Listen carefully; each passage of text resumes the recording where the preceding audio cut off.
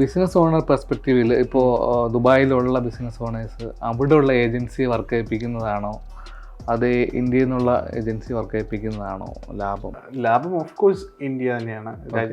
കേരള അല്ലെങ്കിൽ ഇന്ത്യ പോലത്തുള്ള രാജ്യത്ത് നിന്ന് ഔട്ട്സോഴ്സ് ചെയ്യുന്നതാണ് അവർക്ക് ഏറ്റവും ബെസ്റ്റ്. പക്ഷേ അത് വീണ്ടും പറയുകയാണെന്നുണ്ടെങ്കിൽ ഡിപ്പെൻഡ്സ് ഓൺ ദ ഇൻഡസ്ട്രി, അതുപോലെ തന്നെ അവരുടെ ഒരു ഈസിനെസ് ആ ഒരു ഫാക്ടറിൽ നിൽക്കും.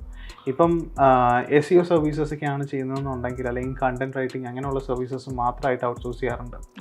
അപ്പോൾ അങ്ങനെ ചെയ്യുവാണെന്നുണ്ടെങ്കിൽ അതെപ്പോഴും ഓഫ് കോഴ്സ് ഇന്ത്യ തന്നെയാണ് ബെസ്റ്റ് ഒരു ഓപ്ഷൻ എന്ന് പറയുന്നത്.